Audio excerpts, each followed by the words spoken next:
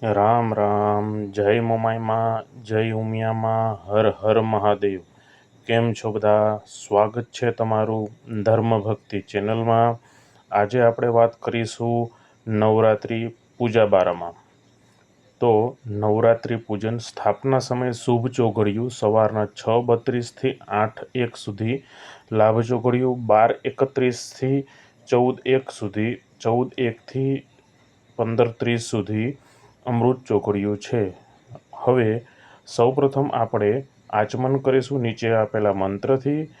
ઓમ કેશવાય નમઃ, ઓમ નારાયણ નમઃ, ઓમ માધવાય નમઃ. હાથમાં ચમચી ભરી અને જળને ગ્રહણ કરવાનું છે આ મંત્ર બોલતા બોલતા.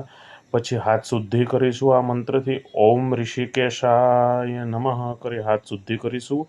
પછી પવિત્રકરણ, ફરી હાથમાં જળ લઈ લેવાનું. ઓમ અપવિત્ર પવિત્રો સર્વાવસ્થામ ગતો પીવા યહ સ્મરેત પુંડરીકાક્ષમ સહબાયા ભયંતર શુચિહ. આ મંત્ર તમારી સ્ક્રીન ઉપર દેખાય છે, તો એ મંત્ર તમે બોલતા બોલતા પણ ઉચ્ચારણ કરી અને પવિત્રકરણ કરો. આસન શુદ્ધિ. ઓમ પૃથ્વી ત્વયા ધૃતા લોકા દેવી ત્વમ વિષ્ણુ ધૃતા ત્વચા ધારણ કરનાર માતા દેવી પવિત્ર કુરુ ચાસનમ, એટલે આસન પવિત્રનો મંત્ર છે. ત્યાર પછી શિખાબંધન કરીશું, એટલે કે આપણે જ્યાં ચોટલી હોય ત્યાં થોડાક હાથથી વાળ પકડી ચિદ્રૂપણી મહામાય દિવ્ય તેજ સમન્વિતે તિષ્ઠ દેવી શિખા મધ્ય તેજ વૃદ્ધિ કરશું મેં, એટલે આપણે શિખાબંધન થઈ ગયું. ત્યારબાદ આપણે કર્મદીપ, એટલે જે આપણે કાર્ય કરીએ છીએ એનો સાક્ષી દીપ તરીકે દીપ જ્યોતિ પરબ્રહ્મ દીપ જ્યોતિ જનાર્દન દીપો હરતુ મેં પાપમ કર્મ દીપમ નમસ્તુતે, આ મંત્ર બોલતા બોલતા દીપ પ્રગટાવવાનો છે. તત્પશ્ચાત હવે સર્વપ્રથમ આપણે એક બાજોટ લઈશું અને એની ઉપર પાથરવા માટે એક લાલ આસન કે સ્થાપન લઈ લેશું. ત્યારબાદ આપણે ગણેશજીનું એની ઉપર સૌપ્રથમ સ્થાપન કરવાનું છે અને ગણેશજીના નીચે પ્રમાણે મંત્ર બોલી તેમનું પૂજન કરવાનું છે. હાથમાં ફૂલ અક્ષત લઈ જે મંત્ર તમારી સ્ક્રીન ઉપર દેખાશે એ મંત્ર સાથે તમારે બોલવાનું છે. ઓમ સિદ્ધિ બુદ્ધિ સહિતાય શ્રી મહાગણાધિપતિએ નમઃ આહ્વયામી સ્થાપયામી કરી અને ફૂલ ગણેશજીની પાસે મૂકી દેવા. તત્પશ્ચાત પંચોપચાર પૂજન કરવાનું છે. જે 5 વસ્તુઓથી થાય એમને પંચોપચાર પૂજન કહેવામાં આવે છે. ગંધ, પુષ્પ, ધૂપ, દીપ અને નૈવેદ્ય તથા પંચામૃત, આ 5 ઉપચારથી થતી પૂજાને પંચોપચાર પૂજા કહે છે. એટલે હવે તમે પંચોપચાર પૂજન કરજો, જે આ મંત્રથીને જ કરવાનું છે.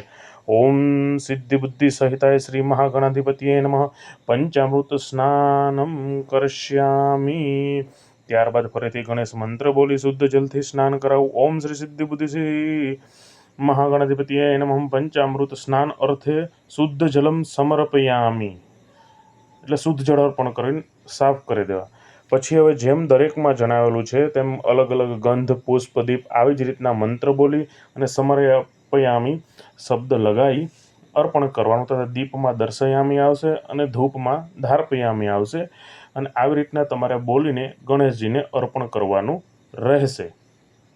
ત્યારબાદ હવે આપણે સર્વપ્રથમ ગુરુનું પૂજન કરવાનું છે, જેનો મંત્ર આપણે નીચે સ્ક્રીન ઉપર તમને દેખાશે એ રીતે હાથમાં ફૂલ અક્ષત લઈ અને ગણેશજીની બાજુમાં કે બાજોટ ઉપર અર્પણ કરી દેવા. ગુરુ બ્રહ્મ ગુરુ વિષ્ણુ ગુરુદેવો મહેશ્વરા ગુરુ સાક્ષાત પરબ્રહ્મ તસ્મૈ શ્રી ગુરુવે નમઃ. આ મંત્ર બોલી તમારે અક્ષત અને પુષ્પ અર્પણ કરી દેવા. તત્પશ્ચાત સર્વદેવ પૂજન, હાથમાં ફૂલ અક્ષત લઈ લેવા પાછા તમારે. પછી જે મંત્ર આપેલો છે એ મંત્રથી બોલવું. જે આપની સ્ક્રીન ઉપર મંત્ર દેખાતા હશે એ દરેક મંત્ર એકવાર બોલી ત્યાર પછી ફૂલ અને અક્ષત ગણેશજીને અર્પણ કરી દેવા. એટલે આ સર્વદેવ પૂજન થયું. હવે બટુક ભૈરવ પૂજન, હાથમાં ફૂલ અક્ષત લઈ ઓમ બમ બટુક ભૈરવાય નમઃ મંત્ર બોલી ફૂલ ચોખા અર્પણ કરવા. ત્યારબાદ નવગ્રહ પૂજન, આ જે મંત્ર છે એને બોલી અને ફૂલ ચોખા અર્પણ કરવા. ઓમ બ્રહ્મા મુરારી ત્રિપુરાંતકારી ભાનુઃ સચે ભૂમિસુતો બુદ્ધશ્ચ ગુરુ શુક્ર શનિ રાહુ કેતવ સર્વે ગ્રહ શાંતિકરા ભવંતુ કરી ફૂલ ચોખા અર્પણ કરી દેવા. ત્યારબાદ હવે આપણે ભગવતી માનું પૂજન કરીશું. જો તમારા મંદિરમાં તમારા કુળદેવીનો ફોટો હોય તો એમને પણ મા દુર્ગા સ્વરૂપે પૂજન કરી શકો છો. તો બાજોટ પર બીજો કોઈ ફોટો સ્થાપન કરવાની જરૂર નથી. જો ઘટ સ્થાપના અને અખંડ દીપનું સ્થાપન કરવું ફરજિયાત નથી. આપવાની ઈચ્છા હોય તો કરી શકો છો, અથવા એમનેમ પણ તમે માની સેવા પૂજા કરી શકો છો. એક બાજોટ પર બધા સ્થાપનનો સમાવેશ ન થાય તો તમે બીજો બાજોટ લઈ શકો છો. હવે તમારી કુળદેવીનો જે ફોટો હોય તમારા મંદિરમાં, આપણે એમની જ નવદુર્ગા સ્વરૂપે પૂજન કરીશું. તો તમે તમારી કુળદેવી જાણતા નથી તો અમારા નેક્સ્ટ વિડીયો આવશે, તેમાં તમે જોઈ શકો છો કે કેવી રીતના કુળદેવી જાણ્યા વગર સ્થાપન કરવું અને એમને બોલાવવા, કે તમે તમારી કુળદેવી કેવી રીતના જાણી શકો અને એમને બોલાવી શકો. આ મંત્રથી માતાનું આહ્વાન કરવું. આગળ બીજો એક મંત્ર આપેલ છે, સર્વમંગલ માંગલ્યે શિવે સર્વાર્થ સાધિકે શરણ્યે ત્ર્યંબકે ગૌરી નારાયણી નમસ્તુતે. અને કેવી રીતના સમર્પયામિ અર્પણ કરવું એ નીચે લખેલું છે. ઓમ શ્રી દુર્ગા દેવ્યે કુલદેવી રૂપેણ આહ્વયામિ સ્થાપયામિ અક્ષતમ પુષ્પમ સમર્પયામિ. એ બોલીને જ કરવું. જેમ ગણેશજીનું પૂજન કર્યું એમ માં જગદંબાનું પૂજન કરવાનું છે એઝ એ કુળદેવી. જે મંત્રમાં નીચે કમ્પ્લીટ ક્લિયર તમારી સ્ક્રીન ઉપર દેખાય છે એ જ રીતના કરવાનું છે. ઓમ શ્રી દુમ દુર્ગા દેવીએ નમઃ મમ કુલદેવી આસનમ સમર્પયામિ. એમ પંચપૂજા અર્થે આપ કરી શકો છો. તત્પશ્ચાત હવે જેવી રીતના ગણેશજીનું આપણે પંચોપચાર પૂજન કર્યું એવી જ રીતના તમારે તમારા કુળદેવીનું પૂજન કરવાનું છે.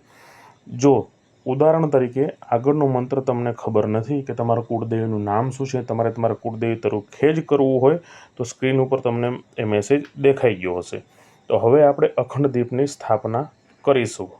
અખંડ દીપના મુખ્ય 3 પ્રકાર છે: ગાયનું શુદ્ધ ઘી, તલનું તેલ અને સરસવનું તેલ. તમે આ 3માંથી કોઈ પણ દીવો કરી શકો છો. ઘીનો દીવો હંમેશા માતાજીની જમણી બાજુ સ્થાપન કરવાનો અને તેલનો દીવો હંમેશા માતાજીની ડાબી બાજુ સ્થાપન કરવાનો. કોઈ પણ તેલનો દીવો તમે કરી શકો છો. અને વાટ આડી કરવાની છે, ખાસ કાચા સૂતરની. ત્યારબાદ અષ્ટકમલ દલ બનાવવાનું છે દીવા નીચે, ચોખા પીળા કરી, જે આગળ તમને સ્ક્રીન ઉપર તમારી દેખાશે. આવી રીતના તમારે બનાવવાનું છે. વચ્ચે ચોખાની ઢગલી પોળી કરી વચ્ચે આંગળીઓથી જ બનાવવાનું છે. આ તો તમને લોકોને મળે એટલા માટે ઇન્ડિકેશન રૂપે તમને આ બતાવ્યું છે. ત્યાર પછી અષ્ટદલ કમલ ઉપર જ દીવાની સ્થાપના કરવી અને કુંભની પણ, એટલે કે ઘટની સ્થાપના પણ અષ્ટદલ કમલ ઉપર જ કરવાની હોય છે. ત્યાર પછી આપણે મા જગદંબાની આરાધનામાં અખંડ દીપના લાભ અને નિયમોની વાત કરીશું, જે તમારી સ્ક્રીન ઉપર દેખાશે. ઘીના દીવાથી સર્વ પ્રકારના સુખની પ્રાપ્તિ થાય છે. તલના તેલથી સુખ, શાંતિ અને સમૃદ્ધિની પ્રાપ્તિ થાય છે. સરસવના તેલથી શત્રુઓનો નાશ થાય છે. અખંડ દીપને બને ત્યાં સુધી એકલો મૂકવો નહીં. અને દીવાની જ્યોત તમે જ્યારે સરખી કરતા હોય ત્યારે બીજો દીવો એ જ જ્યોતથી પ્રગટાવી લેવો, જેથી સરખી કરવા ટાઈમે દીવો રામ થઈ જાય. તો પણ જે દીવો તમે એ જ્યોતથી પ્રગટાવ્યો હોય તે જ્યોતથી જ્યોત જલાઈ તમે એ દીવાને પૂર્ણ કન્ટિન્યુ એટલે અખંડ થઈ શકે. જે તમને સ્ક્રીન ઉપર આની બધી માહિતી દેખાઈ રહી હશે.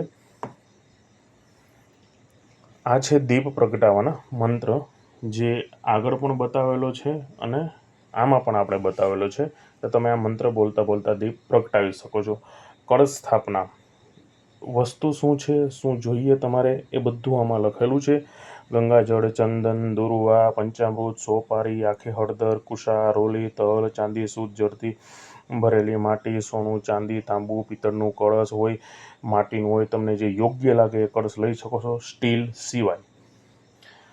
તત્પશ્ચાત છેલ્લે સામગ્રીના ફોટા પણ અમે આમાં મૂકી દઈશું કે કઈ કઈ પ્રકારની સામગ્રી જોઈએ. એવું નથી કે 5 ધાન જોઈએ. મિનિમમ કળશમાં નાખવા માટે 1 સોપારી, હળદરની ગાંઠ, થોડા અક્ષત, થોડા તલ, કુમકુમ, ચંદન, બસ, અને 1 દુર્વા એટલે કે ધોકડ, એટલું તમારે અર્પણ જરૂર કરવું અંદર.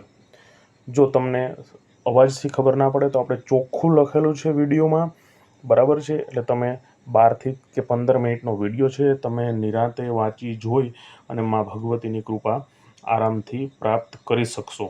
હવે સ્થાપના કેવી રીતના કરવાની છે? બાજટ ઉપર તમે કરી શકો છો અને જમીન ઉપર પણ કરી શકો છો. બાજટ ઉપર કરો તો લાલ સ્થાપન બિછાઈ નીચે અને એની ઉપર અષ્ટદલ કમલ જે આગળ તમે જોયેલું છે એવી જ રીતના અષ્ટદલ કમલ બનાવી અને એની ઉપર સ્થાપના કળશની કરી દેવાની. સૌપ્રથમ માટીનું પાત્ર લેવાનું છે, જેમાં માટી ભરી લોખંડનું હોય કે ગમે તે મોટું કુંડા જેવું હોય, બરાબર છે, એ તમે લઈ શકો છો. એની ઉપર સ્થાપન ઉપર રાખી અષ્ટદલ કમલ બનાવી સ્થાપન ઉપર રાખી એને અને એમાં માટી ભરી અને જવ કે 7 ધાન લીધો હોય, 2 ધાન લીધો હોય તમે કે 3 ધાન લીધો હોય, એમાં વાવી દેવાના, વાવણી કરી દેવાની. આછું પાણી છાંટી દેવાનું. મધ્યમાં ગાળો ખાલી રાખવાનો, જે કળશ મૂકો ને તમે ત્યાં ખાસ, કેમ કે એ જ્યારે એ અંકુર આવે, એ ઉગે ને તો કળશને ધક્કો ન લાગે અને નિત્ય એમાં પાણીનો આરામથી છંટકાવ કરતો રહેવો. અને માતાજીની પૂજામાં ગોળનો ધૂપ અવશ્ય નિત્ય કરવો 9 દિવસ ખાસ. જો તમને અમારા વિડીયો ગમતા હોય તો લાઇક, શેર અને સબસ્ક્રાઈબ અવશ્ય કરજો. અને કમેન્ટમાં તમારો કોઈ પણ પ્રશ્ન હોય માતાજીને લગતો તો ચોક્કસ અમે એના જવાબ આપીશું. અને કુળદેવને લગતો હશે તો ખાસ.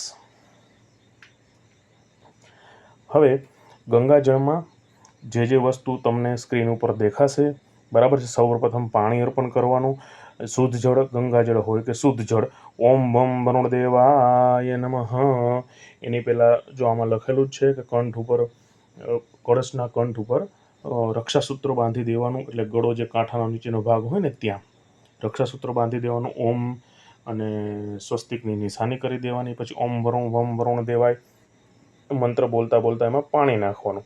હવે કળશની અંદર સોપારી, હળદરની ગાંઠ, અત્તર, તલ, પંચધાતુ દુકાને રેડી મળે છે, પંચ રત્ન પણ દુકાને રેડી મળે છે, સપ્ત માટી એટલે કે 7 જગ્યાની શુદ્ધ માટી, એ બધું રેડી જ મળે છે. અબીલ, ગુલાલ, તમારાથી જેટલી પર્યાપ્ત હોય વસ્તુ એટલી તમે એમાં નાખી શકો છો. કોઈ પાબંદી નથી, બસ તમારી શ્રદ્ધા અને સાચો ભાવ હોવો જોઈએ. આટલી વસ્તુ અંદર નાખ્યા પછી ઉપર કોળિયું બંધ કરી દેવાનું છે. 5 આસોપાલવના પાન કે નાગરવેલના પાન કે પંચપલો અલગ અલગ મળે તો ઠીક છે. કોળિયું બંધ કરી આખું એને ચોખાથી ભરી દેવાનું છે, છલોછલ, બરાબર છે. પછી એની ઉપર આપણે શ્રીફળની સ્થાપના કરીશું. જે નાળાછેડી બાંધી લાલ સ્થાપન કે ચૂંદડી તમે બાંધી અને એની ઉપર શ્રીફળની સ્થાપના તમે કરી શકો છો. એની ઉપર શ્રીફળની સ્થાપના કર્યા પછી તમારે એક વાતનું ખાસ અને ચોક્કસ ધ્યાન રાખવાનું છે કે શ્રીફળ કઈ રીતના મૂકવું. આ શ્રીફળનું વિડીયોમાં મુખ બતાવેલું છે કે જે જગ્યાએથી શ્રીફળ વૃક્ષ સાથે લાગેલું હોય, નાળિયેરી સાથે લાગેલું હોય, એ ભાગ એનું મુખ કહેવાય, બરાબર છે. ઘણા લોકો ઊભું શ્રીફળ રાખે છે, પણ શાસ્ત્રમાં એવું કહેવામાં આવેલું છે કે એનું મુખ હંમેશા સાધક ભક્ત તરફ રહેવું જોઈએ. તો આ મુખ હંમેશા આપણે જે પૂજા કરીએ ને તો આપણા સન્મુખ રહેવું જોઈએ. એ રીતના શ્રીફળને આડું સ્થાપન કરવાનું છે. આ ખાસ જરૂરી વાત છે. ત્યાર પછી તમે નીચેનો મંત્ર હાથમાં ફૂલ ચોખા લઈ નીચેનો મંત્ર બોલતા જાઓ અને વરુણદેવને આહ્વાન કરો. કળશમાં કરવું જરૂરી છે. યથાશક્તિ પંડિત ના મળે, ભોળા ભાવથી જે પણ મંત્ર આવડે એ બોલી તમે એમનું આહ્વાન કરી શકો છો. કંઈ મંત્ર ના આવડે તો ઓમ વમ વરુણ દેવાય નમઃ આવહયામી, હું તમને આવકારું છું શુદ્ધ ભાષામાં. અને જે આ બીજો મંત્ર ઓમ અપામપતિએ વરુણાય નમઃ, એ પણ વરુણદેવનો જ છે, પણ એનો અલગ છે. હવે કંઠમાં કયા દેવતા હોય, કળશના મધ્યમાં કયા દેવતા હોય, કઈ નદીઓનું જળ હોય, આ એ મંત્ર છે. એટલે આ અવશ્ય નિરાંતે વાંચી અને અવશ્ય આનું કળશને હાથ અડાડી જમણો તમારો અવશ્ય બોલવું. કેમ કે એમાં દરેક પ્રકારની નદીઓ, બ્રહ્મા, વિષ્ણુ, મહેશ, સપ્ત માતૃકાઓ, બધી માતાઓનું એમાં આહ્વાન થાય છે. ત્યારે જ એ કળશ જાગૃત બને છે. જો અમારો વિડીયો, અમારી આ પૂજન વિધિ તમને સરળ લાગી હોય તો આનાથી ચોક્કસ, જેટલો મને ભગવતી ઉપર ભરોસો છે, વિધિ કર્યા પછી ભાવથી કદાચ કોઈ ચૂક રહી ગઈ હશે તો એ પરાશક્તિ જગદંબા જરૂર અને જરૂર માફ કરી દેશે. એટલે કોઈ પણ પ્રકારની ચિંતા અને ટેન્શન કર્યા વગર આપણે આપણું કર્મ, આપણે આપણો જે ભાગ છે એ 100% આપવાનો છે. બરાબર છે?